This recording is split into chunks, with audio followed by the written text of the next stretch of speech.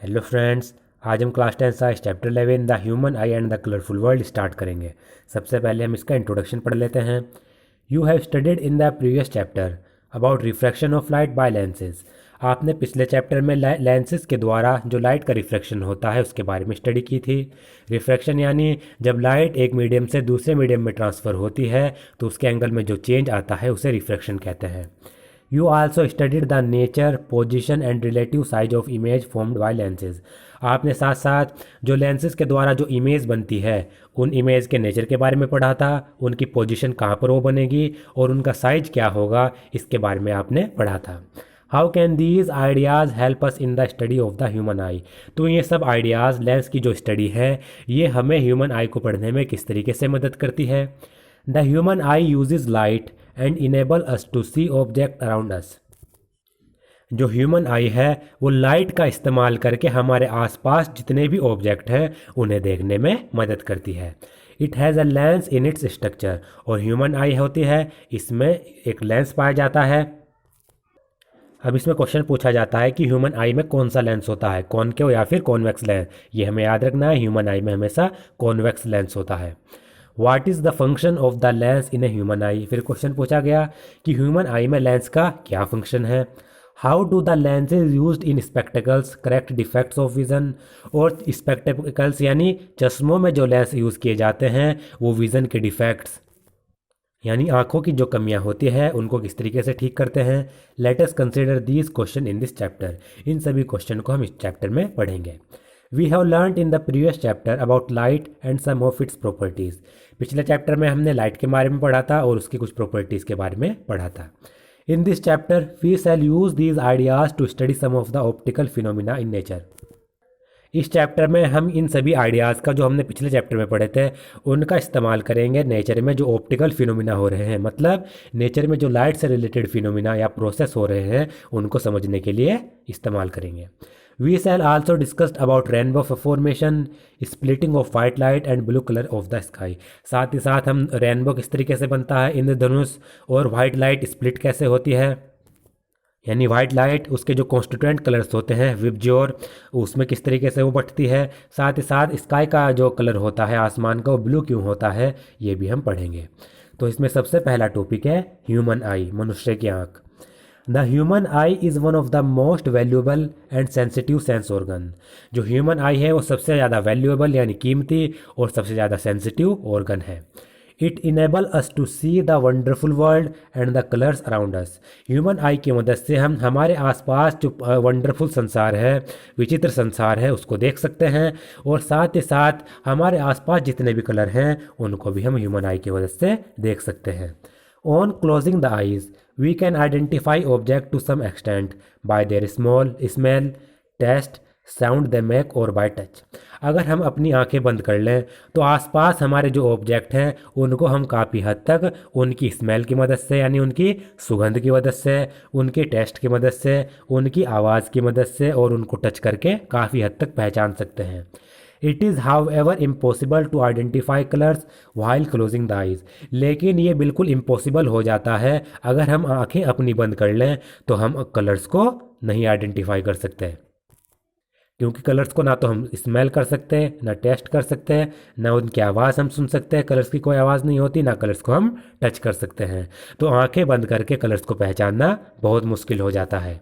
Thus, of all the sense organ, the human eye is the most significant one as it enables us to see the beautiful, colorful world around us. तो जितने भी sense organs हैं उनमें जो human आई है वो सबसे ज़्यादा महत्वपूर्ण है, सिग्निफिकेंट है, क्योंकि ह्यूमन आई की मदद से जो हमारे आसपास ब्यूटीफुल और कलरफुल वर्ल्ड है उसको हम देख सकते हैं।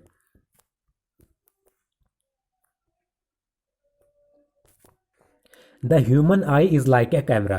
जो ह्यूमन आई होती है वो एक कैमरा की तरह होती है। जिस तरीके से कैमरा पिक्चर खींचता है, फ़ोटो खींचता है, इसी तरीके से ह्यूमन आई भी फ़ोटो क्लिक करती है। It's lens system forms an image on A light sensitive screen called the retina.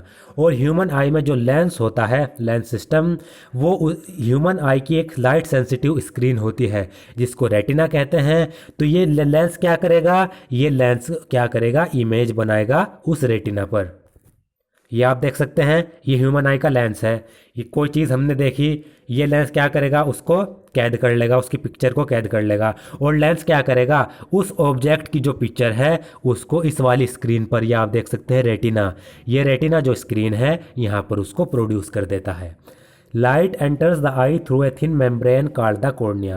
और हमारी आंखों में जो लाइट एंटर करती है वो एक थिन मेम्ब्रेन से होकर गुजरती है जिसे हम कॉर्निया कहते हैं। लाइट आई, लाइट ये जो थिन मेम्ब्रेन है ये आप देख सकते हैं कॉर्निया, इससे होकर हमारी आंखों में एंटर करेगी। It forms the transparent bulge on the front surface of the eye ball as shown in figure 11.1। तो जो ये कॉर्निया होती है ये हमारी जो आई बॉल है, आई बॉल कहते हैं ये पूरी की पूरी जो आई है, ये बॉल लाइक स्ट्रक्चर है, सर्कल लाइक स्ट्रक्चर, तो इसे आई बॉल कहते हैं। तो कॉर्निया हमारी आई बॉल पे एक ट्रांसपेरेंट बल्ज लाइक स्ट्रक्चर बना देगी। बल्ज यानी थोड़ी ऊपर को उठी हुई, ये यहाँ पर ट्रांसपेरेंट बल्ज लाइक स्ट्रक्चर बना देती है। The eye ball is approximately spherical in shape with a diameter of about 2.3 centimetre. जो आई बॉल होती है वो बिल्कुल स्फेरिकल होती है शेप में, यानी तो गोल होती है, और जिसका डायमीटर होता है 2.3 सेंटीमीटर। ये आप आई बॉल देख सकते हैं, ये बिल्कुल ये थोड़ी स्फेरिकल लाइक स्ट्रक्चर है, और इसका जो डायमीटर है यानी एक कोने से यहाँ का जो स्ट्रक्चर होगा, ये मान लीजिए इसका सेंटर है, तो सेंटर से जो लाइन पास करती है उसे कहते हैं डायमीटर। तो आई बॉल का जो डायमीटर है वो है 2.3 सेंटीमीटर, या फिर ऐसे ले लीजिए यहाँ से यहाँ तक का जो सेंटर से लाइन पास हो रही है, ये जो डिस्टेंस है ये 2.3 सेंटीमीटर है। Most of the refraction for the light rays entering the eye occurs at the outer surface of the cornea। और जो भी लाइट हमारी आई बॉल में या आइज़ में एंटर करती है उसका ज़्यादातर जो रिफ्रैक्शन होता है वो कॉर्निया की आउटर सरफेस में होता है। लाइट यहाँ से एंटर करेगी तो उसमें जितना भी रिफ्रैक्शन होगा यानी उसके एंगल में जितना भी चेंज होगा वो कॉर्निया में ही हो जाएगा। मान लीजिए लाइट यहाँ पर हमारी आंखों में ये लाइट एंटर कर रही है तो इसके एंगल में जो चेंज आएगा, रिफ्रैक्शन होगा, ज़्यादातर वो कॉर्निया पे हो जाता है। The crystalline lens merely provides the finer adjustment of focal length required to focus object at different distances on the retina। और जो हमारा क्रिस्टलाइन लेंस होता है वो हमारी आंखों में लेंस में फोकल लेंथ को क्या करता है, फोकल लेंथ को एडजस्ट करता है, जिससे जो हमारे आसपास या फिर जो दूर के ऑब्जेक्ट्स हैं उनको हम देख सकें। हमारे यहाँ जो आसपास की चीज़ें हैं उन्हें तो हम आसानी से देख सकते हैं। अगर हमें दूर की चीज़ें देखनी हो तो हमें उस पर बहुत ज़्यादा फोकस करना पड़ता है। वो फोकस होता है जो हमारा लेंस है वो हमारी आंखों की फोकल लेंथ को एडजस्ट करता है, जिससे हम पास की चीज़ें आसानी से देख सकें, दूर की चीज़ें भी आसानी से देख सकें। We find a structure called iris behind the cornea. और कॉर्निया के पीछे हमारी आंखों में एक स्ट्रक्चर होती है जिसे कहते हैं आइरिस। आप यहाँ पर देख सकते हैं ये जो स्ट्रक्चर है ये कहलाती है iris. Iris is a dark muscular diaphragm that controls the size of the pupil। Iris जो है एक डार्क मस्कुलर टाइप की स्ट्रक्चर है जो हमारी आंखों में प्यूपिल के साइज को कंट्रोल करती है।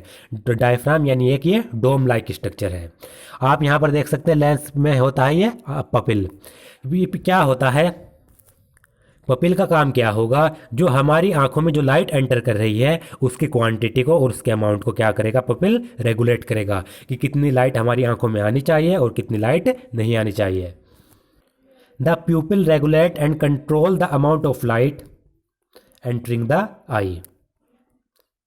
प्यूपिल हमारी आंखों में जो लाइट एंटर कर रही है उसको रेगुलेट करता है।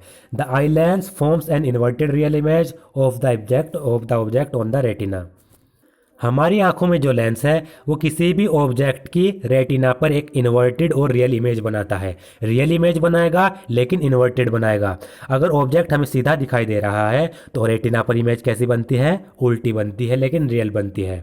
अब इसमें क्वेश्चन उठता है, अगर रेटिना पर हमारी इमेज उल्टी बनेगी तो फिर वो हमें सीधी क्यों दिखाई देती है। The retina is a delicate membrane having enormous number of light sensitive cell. जो रेटिना है वो एक डेलिकेट और कॉम्प्लेक्स मेम्ब्रेन है जिसमें बहुत सारे लाइट सेंसिटिव सेल्स प्रेजेंट होते हैं। रेटिना में लाइट सेंसिटिव सेल्स पाई जाएंगी। The light sensitive sales gate activated upon illumination and generate electrical signal. और जैसे ही लाइट हमारी लेंस पे आती है और लेंस से फिर रेटिना पर जाती है तो रेटिना में जो लाइट सेंसिटिव सेल्स होगी वो इल्यूमिनेट होने पर यानी लाइट के आने पर इलेक्ट्रिकल सिग्नल्स को जनरेट करती है। These signals are sent to the brain via the optic nerve. और जो ये सिग्नल्स होते हैं लाइट से इलेक्ट्रिकल सिग्नल्स, ये ऑप्टिक नर्व्स के द्वारा ब्रेन पर भेजे जाते हैं. The brain interprets this signals and finally process the information. जो ब्रेन है वो इन सिग्नल्स को रीड करता है, इंटरप्रिट करता है और फाइनली इन्फॉर्मेशन को प्रोसेस करता है, so that we perceive object as they are. जिससे कि जो ऑब्जेक्ट्स है वो हमें जैसे दिखाई देते हैं वैसे ही हमें, यानी जैसे ऑब्जेक्ट जैसे होते हैं वैसे ही हमें दिखाई देते हैं. अब मैं आपको ये बता देता हूँ ये ऑब्जेक्ट हमें सीधे कैसे दिखाई देंगे. ये मान लीजिए हमारा कोई ऑब्जेक्ट है, इस पे लाइट रेज आई, लाइट रेज रिफ्लेक्ट होने के बाद हमारी आंखों में आएंगी. आंखों में आने के बाद लेंस उसको क्या करेगा, लेंस से होकर वो लेंस कैप्चर करेगा और इमेज बनेगी हमारी रेटिना पर. रेटिना पर जो इमेज बनेगी वो इन्वर्टेड बनेगी और रियल बनेगी. अब जैसे ही लाइट रेज इस रेटिना पर पड़ती हैं, रेटिना इल्यूमिनेट हो जाता है, तो रेटिना में कुछ इलेक्ट्रिकल सिग्नल्स जनरेट होते हैं. रेटिना में इलेक्ट्रिकल सिग्नल जनरेट हो गए, वो इलेक्ट्रिकल सिग्नल इन ऑप्टिक नर्व्स के द्वारा, ये ऑप्टिक नर्व्स हैं, इन ऑप्टिक नर्व्स के द्वारा हमारा जो ब्रेन है उस तक पहुंचा दिए जाते हैं. अब इलेक्ट्रिकल सिग्नल हमारे ब्रेन तक पहुंच चुके हैं. इलेक्ट्रिकल सिग्नल को ब्रेन क्या करेगा, इंटरप्रेट करेगा, रीड करेगा और इस इंफॉर्मेशन को फाइनली प्रोसेस कर देगा. और जब इंफॉर्मेशन प्रोसेस हो जाएगी तो उसके बाद जो ऑब्जेक्ट है वो हमें सीधा दिखाई देगा, यानी ऑब्जेक्ट जैसा है वैसा ही हमें दिखाई देगा. इमेज बनती है उल्टी रेटिना पर, लेकिन हमारे ब्रेन की प्रोसेसिंग के कारण वो हमें सीधी दिखाई देती है. ये इसका पूरा का पूरा प्रोसीजर होता है. अब इसमें बॉक्स में कुछ इन्फॉर्मेशन दी गई है, इंपॉर्टेंट इन्फॉर्मेशन है, ये भी हम पढ़ लेते हैं.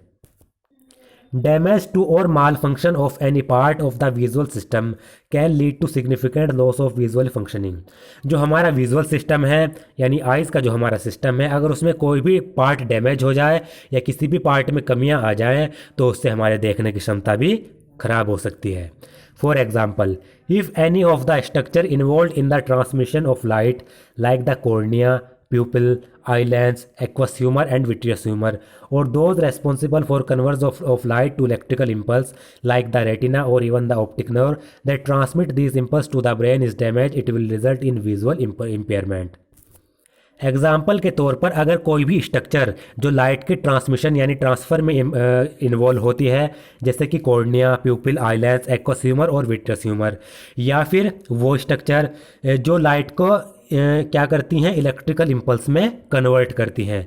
लाइट को इलेक्ट्रिकल इम्पल्स में कौन कन्वर्ट करेगा, रेटिना कन्वर्ट करेगी और ऑप्टिक नर्व. रेटिना उनको कन्वर्ट करती है और ऑप्टिक नर्व उनको दिमाग तक पहुंचाती हैं. अगर ये सभी चीज़ें, ये सभी जो स्ट्रक्चर्स हैं, इनमें कोई कमियां आ जाएं या फिर ये डैमेज हो जाएं तो इससे विजुअल इम्पेयरमेंट हो सकते हैं, यानी देखने की क्षमता में कमी आ सकती है. अब इसमें दो टर्म आए, एक्वस ह्यूमर और विट्रस ह्यूमर. ये क्या होती हैं ये भी आप देख सकते हैं यहाँ पर. एक्वस ह्यूमर होता है लेंस और कॉर्निया के बीच में जो फ्लूइड होगा, लेंस और कॉर्निया के बीच में जो फ्लूइड होगा वो कहलाएगा एक्वस ह्यूमर. और इसमें दूसरा है विट्रस ह्यूमर. विट्रस ह्यूमर होता है रेटिना और लेंस के बीच में. रेटिना और लेंस के बीच में जो फ्लूइड भरा होता है वो विट्रस ह्यूमर कहलाता है, fluid like substance. You might have experienced that you are not able to see object clearly for some time when you enter from bright light to a room dim light. ये आप experience करते होंगे जब भी आप कभी bright light से कभी डिम लाइट में जाते हैं, यानी आप बाहर खड़े हैं जहाँ पर लाइट ब्राइट है, बहुत ज़्यादा लाइट है, एकदम से फिर आप ऐसे कमरे में चले जाएं जहाँ पर जो बहुत ही ज़्यादा डार्क है, जहाँ पर बहुत ज़्यादा अंधेरा है. बहुत ज़्यादा अंधेरे वाले रूम में आपको नहीं जाना है, मैंने आपको गलत बता दिया. इसमें क्या करना है, अगर आप बहुत ज़्यादा चमकीले स्थान पर खड़े हैं जहाँ पर लाइट बहुत ज़्यादा ब्राइट है, फिर आप ऐसे एक कमरे में चले जाएं जहाँ पर लाइट थोड़ी कम है, डिम लाइट है, पूरा का पूरा अंधेरा नहीं है बल्कि लाइट कम है. तो आप ये एक्सपीरियंस करते होंगे कि वहाँ उस डिम लाइट वाले कमरे में जो ऑब्जेक्ट रखे हैं उनको आप एकदम से नहीं देख पाते हैं. आप एकदम से एंटर करेंगे, वो ऑब्जेक्ट आपको एकदम से दिखाई नहीं देंगे बल्कि धीरे धीरे दिखाई देंगे. After some time however you may be able to see things in the dim light room. कुछ समय के बाद जो डिम लाइट रूम है उसमें आप ऑब्जेक्ट को देखने लगते हैं. The pupil of an eye act like a variable aperture whose size can be varied with the help of the iris. हमारी आंखों में जो प्यूपिल होता है वो एक वेरिएबल एपर्चर की तरह एक्ट करता है, यानी जिसका साइज घटता और बढ़ता रहता है, और इसका जो साइज है वो आइरिस की मदद से घटता और बढ़ता रहता है। When the light is very bright, the iris contracts the pupil to allows less light to enter the eye. आपने ऊपर पढ़ा जो प्यूपिल होता है वो हमारी आंखों में कितनी लाइट एंटर करती है उसको रेगुलेट करता है। तो जब लाइट बहुत ज़्यादा ब्राइट होती है तो आइरिस क्या कर देता है, प्यूपिल को कॉन्ट्रैक्ट कर देता है, यानी आइरिस की मदद से जो प्यूपिल का साइज है वो बहुत ज़्यादा कम हो जाता है, जिससे हमारी आंखों में जो लाइट है वो बहुत ही कम एंटर करे। जब प्यूपिल का साइज कम हो जाएगा तो हमारी आंखों में जो लाइट है वो कम एंटर करेगी।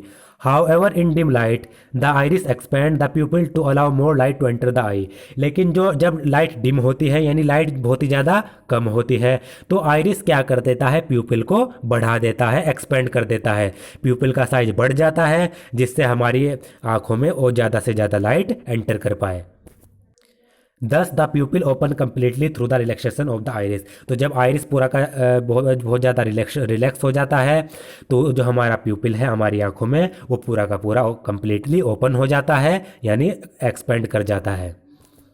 ये जो प्यूपिल का साइज है इसको आप ऑब्जर्व भी कर सकते हैं। आपको करना क्या है, एक शीशा लेना है, शीशा लेने के बाद आपको उसमें देखना है, फिर शीशा लेते हुए आपको एक ऐसे एरिया में जाना है जहाँ पर जो लाइट है वो ब्राइट हो, ब्राइट वाले एरिया में आपको जाना है। फिर आप अपनी लेंस के भीतर देखोगे कि एक डार्क कलर का एक स्ट्रक्चर होती है जो प्यूपिल कहलाती है, और उस ब्राइट कलर में क्या हो जाता है, जो प्यूपिल होता है इसका साइज बहुत ही कम हो जाता है, लेंस में आपको जो प्यूपिल साफ दिखाई देगा। फिर आप क्या करेंगे, आप एक डिम लाइट वाले कमरे में जाएंगे, वहाँ पर आप देखेंगे कि जो आपका लेंस है उसमें जो प्यूपिल है वो बढ़ जाता है, उसका साइज इंक्रीज हो जाता है।